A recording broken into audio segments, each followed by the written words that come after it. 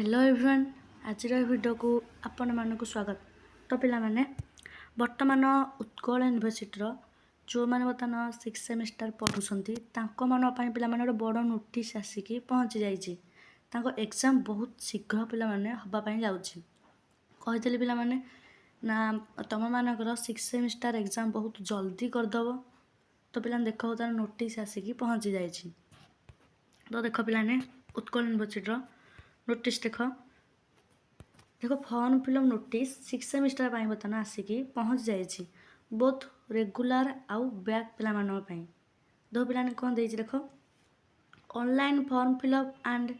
Submission of alphabetical list of students prescribed fees and other connected documents for +3 6th semester examination 2026 regular and back पिला भलरे बुझ कौ मैंने exam देवे regular पिला तो तुम दब कि बैक रो मैंने एग्जाम दब तो भल भाव में डिटेल्स रे वीडियो को देख आ एग्जाम कहि मु केबे हम आ सिलेक्शन क्वेश्चन केमती दिहब कौन ना सबू डिटेल्स रे तुम मानक वीडियो मु कहबी। आ पूर्व आम चैनल को जो मैंने नुआ अच्छा कि सब्सक्राइब जाए करना चैनल को सब्सक्राइब कर पिला माने रखंतु हेले पिला माने टेलीग्राम चैनल CBSS मॉडल अनुसार तुम मानकर सबू नोट्स प्रोवाइड कर दिया जिवो कहीं आगर भी सब प्रोवाइड कर दिया सारी। तो देख पिला माने एक रेगुलर पिला माने तो देबे बैक रो को माने देबे पिला माने देख रेगुलर 2023 बैच जो मैंने एडमिशन करछन से माने बैक पिला माने 2020 21 22 कौन कहले पिला माने 2020 2021 एंड 2022 है पिला माने रे जो मैंने पढ़ुले बैक लगी 6th सेमेस्टर रे ताहले से माने फॉर्म फिलअप करें आउ एग्जाम दे पारे। एति पिला जाइले 2023 रेगुलर पिला आउ 2020 21 22 बैक जो मानक लगी से माने फॉर्म फिलअप करेंगे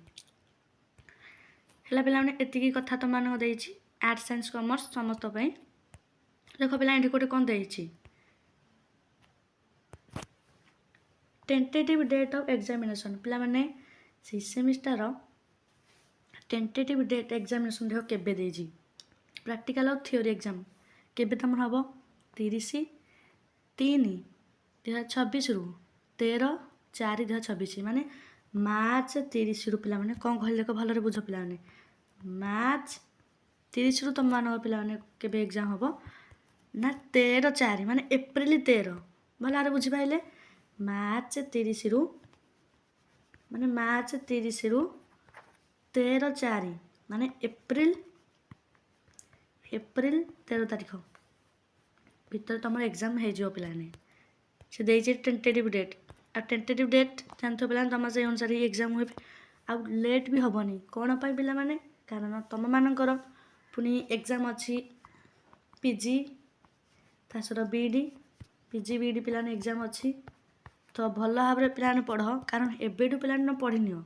6th सेमेस्टर जब पढ़ी न पिलाने एबेठू पढ़ी नियो कारण PG BD पुणी तुम दबार अच्छी जो मैंने माने करने को चाहूच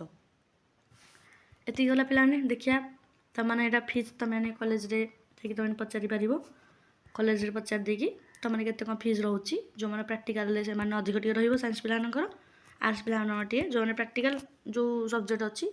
ठीक तांकर से अनुसार पैसा रहिबो आउ जो मैंने नॉन प्रैक्टिकल नहीं से मानकर कम पैसा रहिबो। देखिया पिलाने केबेठू रोची ना रेगुलर पिलानक ये देछि आ बैक पिलान देछि 23/2/2026 रु 5/3/2026 कौन कहली पिला माने ना 23/2 रु मार्च 5 तारीख जाए जेकोसी तुम कॉलेज नोटिस दब जो दिन तुम से दिन कि फॉर्म फिलअप कर फाइन दब 200 टका 6/3/2026 रु 9/3/2026 पिलाने फाइन आड़े कम एत कथा जीव तुम मैंने फॉर्म फिलअप करदेव तो जाकि जदि भी किसी कम रही तुम मानकर एग्जाम है देकी जाइछ तुम सांग मानक भी कहीकि तुमने कर कारण गोटे आमर आधार कार्ड आउ एबी साइड दरकार हो गोटे सिग्नेचर है पे तो एतिकी थिला तुम मान देछि आउ पे सिलेक्शन क्वेश्चन कथा देख सिलेक्शन क्वेश्चन कथा केमी तुम दिज्व तो 6th सेमेस्टर सिक्स सेमिस्टर पिलाने बर्तमान एबेठू सिलेक्शन क्वेश्चन तुम रही जाऊँ जानथिबो कोर 13 हूँ 14 हूँ और डीएससी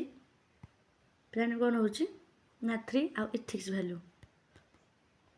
है पे मैंने एतिक जिनस तुम रोचे माने एक 4टा पेपर तुम एग्जाम दब आउ से अनुसार पे प्रोजेक्ट पेपर जदि सबमिट करन माने जाए भल भाव ता काम पे जल्दी टुटे दियो जानचे पे प्रोजेक्ट तो